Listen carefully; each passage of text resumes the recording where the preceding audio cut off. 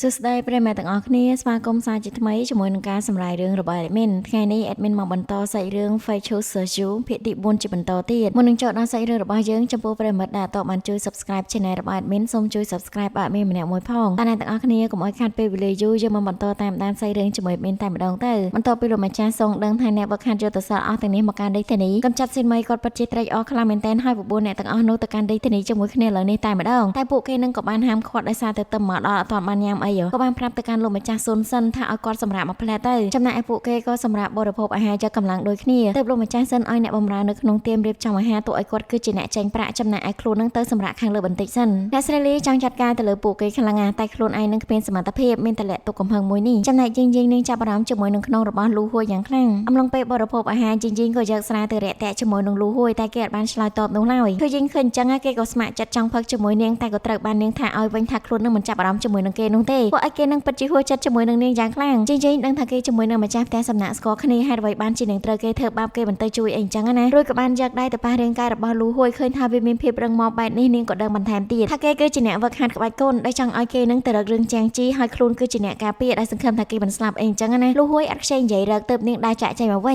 ញរំពេចនោះលីនមូហានដឹងថានៅក្នុងអាហារមានជាតិពុលទៅពួកគេនឹងនាំគ្នាសម្រួលកម្លាំងធាតុស្រាប់តែមានព្រួញជាច្រើនបាញ់សម្ដៅមករកពួកគេមូហានក៏ឡាប់តុកមួយនោះដើម្បីការពារខ្លួនចំណែកឯចាំងជីក៏បានប្រើស្នេហ៍ដៃរបស់នាងពុះព្រួយនោះចោលផងដែរហើយអ្នកដែលចង់ចាត់ការពួកគេគឺជាម្ចាស់ផ្ទះសំណាក់នឹងឯងម៉ៃសានចេញមកឃើញការប្រយុទ្ធមួយនេះក៏ព្យាយាមហាមឃាត់ឲ្យអ្នកទាំងពីរនឹងចូលដើម្បីនិយាយគ្នាសិនតែអ្នកស្រីលីមានបានស្ដាប់គេណាក៏គប់អាវុធរបស់ខ្លួនហោះពីមុខរបស់គេនឹងទៅរកមូហានតែម្ដងការប្រយុទ្ធរវាងអ្នកវឹកហាត់ធម្មតាជាមួយនឹងអ្នកវឹកហាត់វិញ្ញាណមិនអាចយកឈ្នះអ្នកវឹកហាត់វិញ្ញាណបានទៅព្រោះអ្នកស្រីលីនឹងខ្ទាតមកខាងក្រោយរងរបួសជាទម្ងន់លីមូហានចង់ប្រើថាអំពើវិញ្ញាណខាងក្នុងរបស់គេនឹងសម្រាប់ទៅលើអ្នកស្រីលីតែម្ដងសំណាងល្អត្រូវបានហួយចេញនឹងទប់ទល់ដោយថាអំពើវិញ្ញាណខាងក្នុងរបស់គេពិតជាខ្លាំងមែនទែនគ្រាន់តែប្រើដៃម្ខាងសោះធ្វើឲ្យមូហាននឹងគេខ្ទាតទៅខាងក្រោយមូហានភ្ញាក់ផ្អើលជាមួយនឹងកម្លាំងដ៏ខ្លាំងក្លាក្នុងរាងកាយមនុស្សម្នាក់នេះខ្លាំងមែនទែនដែលអាចទប់ទល់ជាមួយនឹងកម្លាំងរបស់គេបានទើបជីងលូនបង្ហើបអំពីការវឹកហាត់ដល់កម្រិតពិសេសទើបអាចទប់ទល់ជាមួយនឹងយុទ្ធសាស្ត្ររបស់ពួកគេមូហានណាគេនៅតែក្អេងក្អាងចឹងគិតថាមនុស្សធម្មតាវឹកហាត់យ៉ាងណាក៏មិនអាចស្មើជាមួយនឹងពួកខ្លួនដែរទើបនិយាយផ្ដល់ដំបូន្មានឲ្យពួកគេថាប្រសិនបើចង់ប្រយុទ្ធលើក្រោយគួរតែដឹងអំពីដែនកំណត់របស់ខ្លួនព្រោះថាអ្នកវឹកហាត់វិញ្ញាណទាំងអស់មិនមែនសឹងតែចិត្តល្អដូចជាគេនោះទេដោយចាប់ទុកថារឿងមួយនេះគឺជាការយកច្រឡំគេក៏បានឲ្យថ្នាំម្ដបទៅកាន់តកែស្រីគឺជាការសុំទោសថ្នាំមួយនេះមិនត្រឹមតែមានសមត្ថភាពខ្លាំងក្នុងការព្យាបាលរបួសនោះទេថែមទាំងធ្វើឲ្យកម្លាំងនៃការវឹកហាត់របស់គេនឹងកើនឡើងជាលំដាប់ទៀតផងមុននឹងចាក់ចេញទៅយីក៏បាននិយាយជាមួយនឹងតួប្រុសថាសមត្ថភាពរបស់គេមិនធម្មតាដូចអ្វីដែលនាងបានគិតមែនជួបគ្នាលើក្រោយនាងចង់ឲ្យគេនឹងបង្ហាញអំពីសមត្ថភាពពិតនិយាយរួចពួកគេក៏បានដើរចាក់ចេញទៅជួយយីដឹងថាស៊ីនមីកំពុងតែមានគ្រោះថ្នាក់អីទៅពួកគេផ្អាកធ្វើដំណើរទៅកាន់ជលឹងភ្នំឈូលីងហើយឆ្ពោះទៅកាន់រាជធានីវិញម្ដងមកមើលក្បួនធ្វើដំណើររបស់លោកម្ចាស់សុងឯនេះវិញមានការការពារតឹងរឹងខ្លាំងមែនទែនដោយលីនលុននិងជីងយីងធ្វើការការពារនៅខាងមុខចំណែកអ្នកទាំង3ទៀតគឺអមនៅចិត្តរទេសរបស់លោកម្ចាស់សុងធ្វើឲ្យគាត់មានការកក់ក្ដៅយ៉ាងខ្លាំងតែរឿងក៏បានបង្ហាញអំពីវិមានស៊ីនសៀវិញម្ដងអាសឹងបានចងគ្រូរបស់ខ្លួនឡើងទៅខាងលើចាក់ទឹកចេះទៅលើមុខរបស់គាត់តែម្ដងដែលធ្វើឲ្យគាត់នឹងពិតជាខឹងជាមួយកូនសិស្សម្នាក់នេះយ៉ាងខ្លាំងអាសឹងគេខឹងជាមួយនឹងគ្រូរបស់ខ្លួនដែលប្រើវិជ្ជាធាតុទាំង9បិទផ្លូវរយៈពេល7ថ្ងៃហើយចាក់សម្បត្តិដែលបញ្ជូនមកពីរាជការកាលពី4ថ្ងៃមុននឹងដាក់នៅក្នុងបន្ទប់ស្រាប្រសិនបើគេមិនរកវាឃើញទេគេមិនដឹងរឿងអ្វីទាំងអស់ហើយក្នុងសម្បត្តិរាជការមួយនេះបានបញ្ជាក់អំពីស្ត្រីកសិករមានតកោស៊ីនបានសម្លាប់មន្ត្រីធំៗទាំង3នៅក្នុងរាជធានីដើម្បីសងសឹកឲ្យប្តីរបស់ខ្លួនតឡាការក៏បានអញ្ជើញសិស្សមកពីបកអមតៈសំខាន់ៗដើម្បីចាប់ខ្លួននាងតែម្ចាស់វិមានស៊ីនអត់ខ្វល់នោះទេគិតថាបករបស់គេនឹងមិនអាចតាក់ទងជាមួយនឹងអ្នកក្រៅឡើយតែបានសឹងនិយាយឲ្យគាត់ភ្លឺភ្នែកម្ដងទៀតថាអ្នកដែលត្រូវគេចាប់នោះមានតកោស៊ីននាងសង្ស័យថាម្នាក់នោះគឺជាបងស្រីរបស់នាងនឹងឯងឬក៏បន្តទៅកាន់លោកគ្រូដែលបណ្ដោយឲ្យនាងនឹងចូលពីលើភ្នំម្ចាស់វិមានស៊ីនក៏ឆ្ងល់ដូចគ្នាហេតុអ្វីបានជានាងទៅកាន់រាជធានីព្រោះនាងនឹងបានប្រាប់គាត់ថាធ្វើដំណើរទៅកាន់ស្រុកវ័យជួយជាមួយនឹងអ្នកមីរបស់ខ្លួនដែលមានអាយុ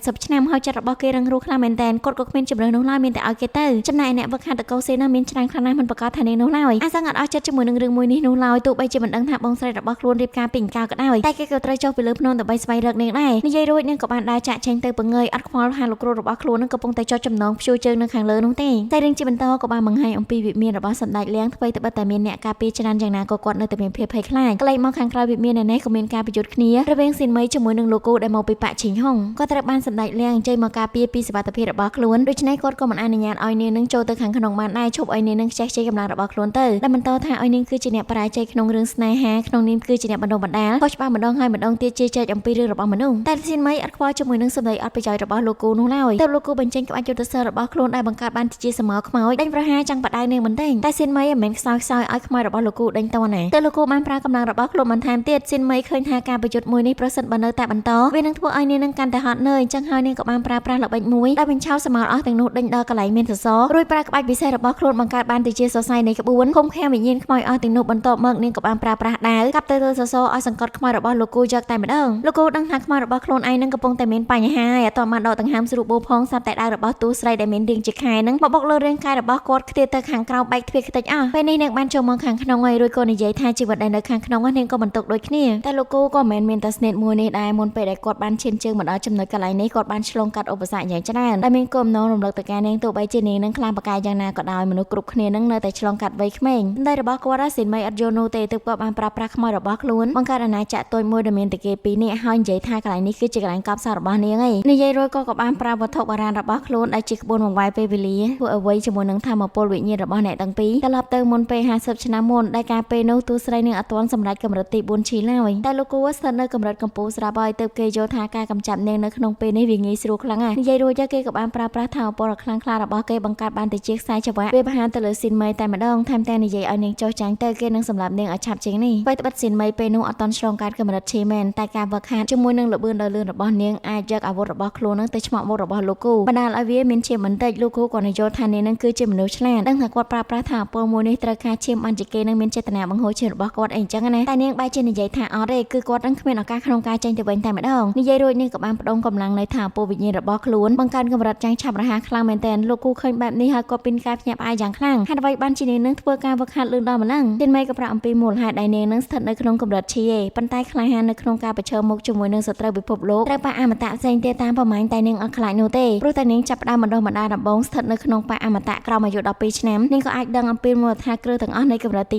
2នៅអាយុ18ឆ្នាំនាងក៏អាចបំបែកចូលទៅក្នុងកម្រិតទី3ដែលជាកម្រិត Snowmere រយៈពេលតែ20ម៉ោងប៉ុណ្ណោះនាងក៏អាចឆ្លងកាត់ដល់កម្រិតកំពូលនៃ Snowmere និយាយរួចនាងក៏បានប្រើប្រាស់ថាពលរបស់ខ្លួនធ្វើការវឹកហាត់បង្កើនកម្រិត Snowmere ពិតប្រាកដដើម្បីតែដៃរបស់នាងក៏ខ្លាយទៅជាអាវុធព្រះច័ន្ទចំនួន3ដែរលោកគូឃើញបែបនេះហើយពិតជាភ្ញាក់ផ្អើលខ្លាំងមែនទែនទើបនាងនឹងនិយាយបន្ថែមទៀតអំពីមូលហេតុដែលនាងស្ថិតនៅដំណាក់កាលទី4នៃកម្រិតឈីតែកម្រិតនៃការវឹកហាត់ពិតប្រាកដរបស់នាងគឺជាដំណាក់កាលទី3នៃកម្រិត Snowmere ដោយសារតែនាងមិនអាចទ្រាំឃើញភាពអយុត្តិធម៌នៅលើពិភពលោកដែលត្រូវបានបំផ្លាញដោយអំណាចមិនអាចទ្រាំឃើញប្រជាជនស្លូតត្រង់ត្រូវបានគេធ្វើបាបក្នុងការតស៊ូដើម្បីរស់ហើយក៏មិនអាចទទួលយកនូវភាពអយុត្តិធម៌ទាំងអស់នៅលើពិភពលោកមួយនេះបានដែរទោះបីជានាងមានសមត្ថភាពក្នុងការផ្លាស់ប្ដូរពិភពលោកតែពាក្យថាសិលធម៌បានបង្ខំឲ្យនាងនឹងបិទភ្នែកហើយទទួលយកភាពអយុត្តិធម៌មួយនេះតែពេលនេះនាងលែងអាចឈើមើលវាបានទៀតហើយជ័យរួចនាងក៏បានប្រើប្រាស់អាវុធរបស់ខ្លួននឹងទៅចាត់ការលោកគូតែម្ដងពួកឲ្យគេនឹងផ្លាប់ព្រាមនៅមួយកន្លែងទៅក្បួនមួយនេះបានរលាយទីម៉ៃក៏មានអំណងដែរចូលទៅខាងក្នុងដើម្បីសម្លេងមនុស្សចុងក្រោយតែកម្លាំងរបស់នាងក៏ដល់កម្រិតដែរទៅធ្វើឲ្យនាងសន្លប់នៅទីនោះតែម្ដងទៅសម្ដេចលៀងនៅខាងក្នុងកាន់តែមានការភ័យខ្លាចការឡើងយ៉ាងណាមិញការបញ្ជូតរបស់អ្នកទាំងពីរបានធ្វើឲ្យផ្ទៃមេឃនឹងប្រែប្រួលយ៉ាងខ្លាំងមូហានគេទស្សនាចង់ទៅកាន់រាជធានីខ្លាំងមែនទែនមិននឹកស្មានថានៅទីនោះមានលក្ខណៈខ្លាំងដល់ម្លឹងសោះតែរឿងជាបន្តក៏បង្ហាញអំពីថ្ងៃស្អែកដល់ពេលនេះអ្នកទាំងពីរបានមកដល់ខ្លងទ្វារក្រុងហើយឃើញថាតាហ៊ាននៅតែបន្តយាមកាមយ៉ាងតឹងរ៉ឹងគេដឹងថាសិនមីនឹងអត់ទាន់ត្រូវបានគេចាប់នោះទេលុះចូលទៅដល់ខាងក្នុងរាជធានីឃើញថាមានការរីកចម្រើនខ្លាំងមែនទែនរំពេចនោះពួកគេក៏បានប្រទះឃើញក្មេងប្រុសពីរនាក់អង្គុយសុំទានព្រោះពួកគេនឹងអត់បាយ3ថ្ងៃហើយលុះចេញឃើញក្មេងទាំងពីរក៏នឹកដល់កុមារភាពរបស់ខ្លួនដែលគេនឹងចេញទៅសុំទានរកប្រាក់ជួលទៅកាន់មនុស្សដើម្បីឲ្យស្វែងរកឪពុករបស់គេតែលទ្ធផលចុងក្រោយបែរជាត្រូវបានគេមើលងាយដោយសារតែមុខមាត់របស់ខ្លួនទៅវិញទើបគេបានឲ្យប្រាក់ខ្លះទៅកាន់ក្មេងអត់ទាំងនោះយ៉ាងណាមិញរាជធានីពិតជាធំខ្លាំងមែនទែនដែលមិនដឹងថាទៅរកស៊ីមីនៅណានោះទេទើបគេនឹងសម្រេចចិត្តថាទៅហាងដែលមានមនុស្សច្រើនជាងគេបំផុតដើម្បីស្វែងរកដំណឹងរបស់នាងលុះចូលទៅដល់ក្នុងភោជនីយដ្ឋានសាប់តែអ្នកនិទានរឿងបាននិយាយអំពីការប្រយុទ្ធគ្នាក៏ក្រាកមេរំជួយដីនៅក្នុងលំនៅឋានរបស់សម្ដេចលៀងដោយសម្ដេចលៀងនឹងបានទៅអញ្ជើញលោកគ្រូគូឲ្យមកការពារខ្លួនពេលចាំរាមក៏បាននិយាយបន្ថែមទៀតថាលោកគ្រូគូបានប្រើក្បួនរបស់ខ្លួនរួមជាមួយនឹងយុទ្ធសិលដែលអាចបំបែកមនុស្សម្នាក់នោះបានយ៉ាងងាយស្រួលព្រោះនៅកន្លែងអត់មានឃើញសាកសពរបស់នាងអីអញ្ចឹងណាតែបារម្ភម្នាក់ដែលកំពុងតែស្ដាប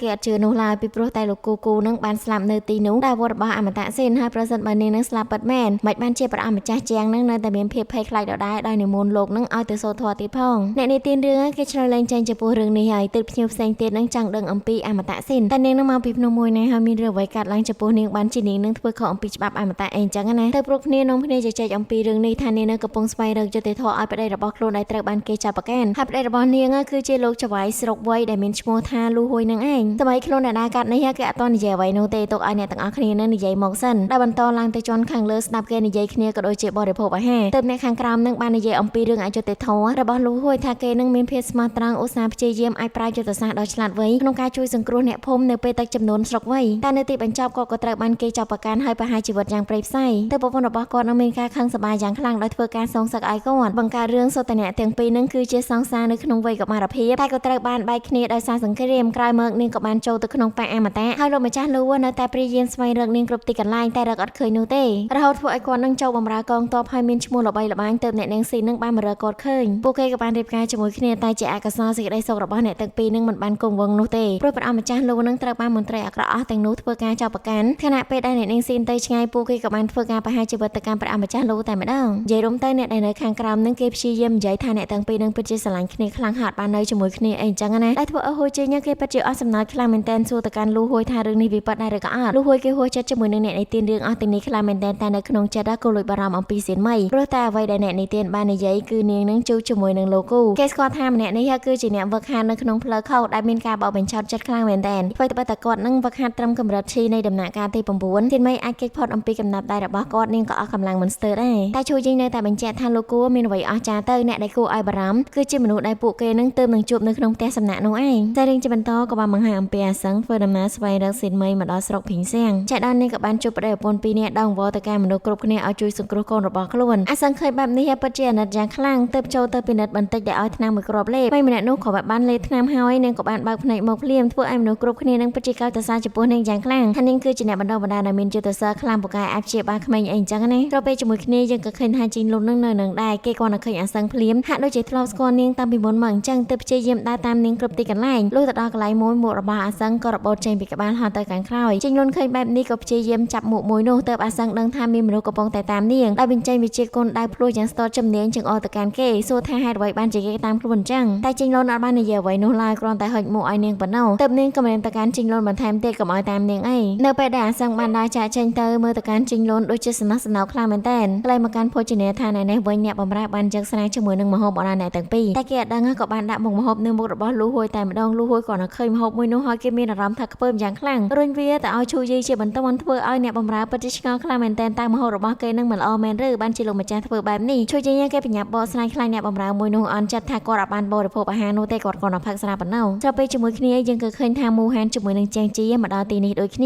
ាមូហាននឹងក្រោយពីបានកលេចទៅឃើញលូហួយនៅទីនោះគេសម្លឹងមិនដាក់ភ្នែកនោះឡើយរហូតដល់ចែងជីហៅគេទៅគេនឹងឈប់សម្លឹងមើលរួចក៏សួរអំពីរឿងជីងលុនតែម្ដងថាគាត់នឹងជិះមកដល់ទីនេះហើយនៅតែចែងជីយល់ថាមើលទៅគេដូចជាមិនចាប់អារម្មណ៍ជាមួយនឹងរឿងមួយនេះសោះទៅពួកគេនឹងឈប់ខ្វាយខ្វល់អំពីរឿងរបស់ជីងលុនហើយមកគិតអំពីរឿងសំខាន់ដែលត្រូវធ្វើវិញឃើញវត្តមានរបស់ប៉ាក់ផ្សេងមកកាន់នេះធានាបានលឿនរហ័សបែបនេះលូហួយគេកាន់តែបារម្ភចំពោះតួស្រីខ្លាចពួកគេនឹងរកឃើញនាងបានមុននាងច្បាស់ជាមានគ្រោះថ្នាក់អីចឹងណាតែឈូយីគេគិតសាមញ្ញខ្លាំងមែនតើថាប្រសិនបើលូហួយនឹងទៅយកនាងត្រឡប់មកវិញគ្មានអ្នកណាអាចវាយឈ្នះគេបាននោះទេយ៉ាងណាមិញពួកអ្នកទាំងពីរនឹងក៏ជាប្តីប្រពន្ធជាមួយនឹងគ្នាស្រាប់ហើយតែធ្វើឲ្យលូហួយពិតជាខ្នាញ់ជាមួយនឹងឈូយីខ្លាំងមែនតើក្រោយមកឈូយីក៏បានហៅអស័យទាំងអស់បញ្ជាឲ្យគេនឹងតាមរកនាងគ្រប់ទីកន្លែងទើបយើងដឹងថាស៊ីនមីអត់មានបាត់ទៅណានោះទេគេត្រូវបានក្មេងទាំងពីរអ្នកជួយសង្គ្រោះពួកគេឃើញស៊ីនមីមានរបួសធ្ងន់ធ្ងរបែបនេះគេពិតជាភ័យខ្លាចខ្លាំងមែនតើបែបតែដឹងថានាងនឹងគឺជាមនុស្សអមតៈតែបច្ចុប្បន្ននោះសំបីតែព្រះក៏សគត់ដែរនេះប្រសិនបើឪពុករបស់គេដឹងច្បាស់ជាបន្ទោសពួកគេមិនខានដូច្នេះពួកគេត្រូវតែស្វែងរកគ្រូពេទ្យដើម្បីព្យាបាលនាងទោះបីជាអត់លុយគេក៏ត្រូវលក់ខ្លួនដើម្បីមើលនាងដែរតែក៏នឹកដល់ឪពុករបស់ខ្លួនប្រសិនបើគាត់នៅទីនេះច្បាស់ជាមានមធ្យោបាយក្នុងការជួយទៅកាន់អមតៈស៊ីនព្រោះគាត់មានសមត្ថភាពខ្លាំងណាស់តែព្រោះតែរឿងមួយនេះដូចគ្នាដែលធ្វើឲ្យអ្នកនាងស៊ីននឹងត្រូវមកកាន់រាជធានីរងទុក្ខលំបាកបែបនេះ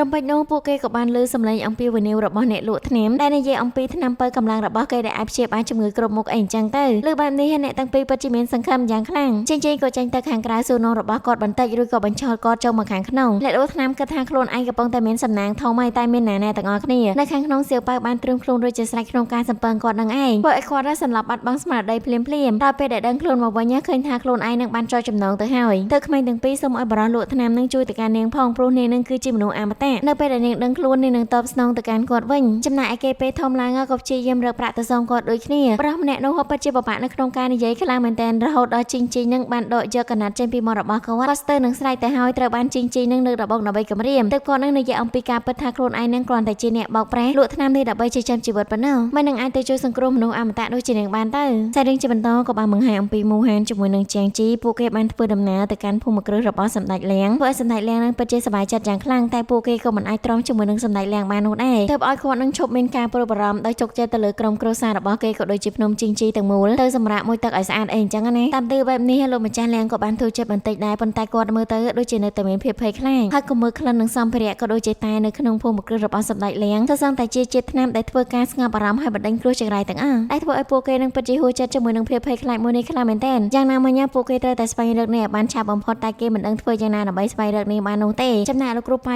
គាត់ក៏អត់តមកដល់ទៀតតែមូហានគិតថាលោកគ្រូប៉ៃមិនអាចស្វែងរកនេះឃើញនោះទេទើបគេចាប់ផ្ដើមបកស្រាយ យអំពីលោកគូថាគេនឹងគាត់មានកម្រិតឈីប៉ុណ្ណោះប៉ុន្តែគេឈ្មោះរបស់គេនឹងល្បីល្បាញខ្លាំងមែនទែនព្រោះគេបានពឹងពាក់ទៅលើវត្ថុវិញ្ញាណហើយវត្ថុវិញ្ញាណមួយនោះថែមទាំងនៅរស់ទៀតផងជាពិតជាឆ្ងល់ខ្លាំងមែនទែនជាមួយនឹងសម្ដីរបស់មូហានទើបគេនឹងបកស្រាយបន្ថែមទៀតអំពីរឿងរ៉ាវនៃវត្ថុបុរាណវិញ្ញាណដែលវាមិនដូចវត្ថុបុរាណទូទៅនោះទេគឺវានឹងមានជីវិតស្រាប់ហើយលោកម្ចាស់គូក៏បានជឹកឈារបស់គាត់នឹងទៅចិញ្ចឹមគេជារៀងរាល់ថ្ងៃហើយឥឡូវនេះលោកគូបានស្លាប់ហើយវាច្បាស់ខ្លាំងណាស់ថាវត្ថុបុរាណមួយនោះស្ថិតនៅលើអ្នកណាវាត្រូវការចិញ្ចឹមដោយជាមនុស្សចំនួន49នាក់ទើបអាចខ្លាយទៅជាវត្ថុបុរាណនៃភាពងងឹតជាមួយនឹងធម្មពលចិនចឹងហើយទោះបីជាវានឹងនៅកន្លែងណាក៏ដោយក៏មិនត្រូវការពន្លឺនោះដែរដូច្នេះនៅកន្លែងមួយនោះសូម្បីតែភ្លើងចង្កៀងនឹងក៏មិនអាចភ្លឺបានដែរពួកគេក៏ចាប់ផ្ដើមរៀបគម្រោងការដោយមូហានឹងធ្វើឲ្យភ្លើងចង្កៀងទាំងអស់នៅក្នុងទីក្រុងភ្លឺឡើងកន្លែងណាអត់ភ្លឺគឺជាកន្លែងរបស់នាងនឹងឯងចំណែកឯជីនជានឹងទៅកាន់ប៉មដែលខ្ពស់ជាងគេដើម្បីស្វែងរកកន្លែងមួយនោះតែlạiមើលស៊ីនមីអានេះវិញពេលនេះយើងឃើញថាថាពណ៌អាក្រក់នឹងកំពុងតែរុំរិតពេញរាងកាយរបស់នាងឯងលុះពេលដែលក្មេងៗបានយកចង្កៀងចូលមកក្នុងបន្ទប់មួយនេះចង្កៀងមួយនោះស្រាប់តែរលត់ទៅភ្លាមបើទោះបីជាពួកគេនឹងព្យាយាមបញ្ឆេះវាឡើងប៉ុណ្ណាក៏គ្មានលទ្ធផលនោះដែរងាកមកកាន់អ្នកទាំងពីរដែលស្ថិតនៅក្នុងហាងអាហារនេះវិញពួកគេអត់តបញ្ចាំនោះទេលុះហួយនៅតែនឹកដល់ទង្វើល្អរបស់ស៊ីនមីដែលមានចំពោះខ្លួនធ្វើឲ្យគេនឹងពិតជាបារម្ភយ៉ាងខ្លាំងព្រមនោះវងបាក់សៃក៏បាននាំយកដំណឹងមួយមកប្រាប់ឈូយីងតែពួកគេអាចបានរកឃើញអំពីទីកន្លែងរបស់ស៊ីនមីនោះទេទៅវិញបាក់សៃបានឃើញអ្នកវឹកហាត់វិញ្ញាណទាំងអស់បានមកដល់រាជធានីឯងពេលនេះវងបាក់សៃរបស់គេនឹងមិនទាន់អាចរកឃើញស៊ីនមីបានទេគេក៏ជឿជាក់ថាមនុស្សអស់ទាំងនោះអត់ទាន់បានរកឃើញនាងដូចគ្នាស្របពេលជាមួយគ្នាលុះហួយក៏ដឹងថាមានអ្វីចម្លែកកំពុងតែកើតឡើងទើបខត់ឲ្យឈូយីងនឹងស្ងាត់សិនហើយរឿងដែលចម្លែកនោះគឺថាមូហានបានប្រើប្រាស់វិជាសាស្ត្ររបស់ខ្លួនឲ្យបំភ្លឺភ្លើងទាំងអស់នៅក្នុងទីក្រុងមួយនេះចាងជានៅលើប៉មគេព្យាយាមសម្លឹងមើលខ្លាំងមែនតែកន្លែងណាដែលភ្លើងនឹងមិនអាចឆេះបានដែលការពន្លឺភ្លើងពីពេញទីក្រុងបែបនេះធ្វើឲ្យអ្នកគ្រប់គ្នានឹងភ្ញាក់ផ្អើលខ្លាំងមែនតែលុះហួយអត់ដឹងច្បាស់អំពីគោលបំណងរបស់ពួកគេនោះទេប៉ុន្តែរឿងមួយនេះក៏វាមិនល្អដោយស៊ីនមីដែរទើបខ្សែរឿងរបស់យើងត្រូវបានបញ្ចប់តែត្រឹមនេះឯងអរគុណប្រិយមិត្តទាំងអស់គ្នាសម្រាប់ការតាមដានទស្សនាការសម្ដែងរឿងរបស់ admin ជួបគ្នានៅវីដេអូជាបន្តទៀតបាយបាយ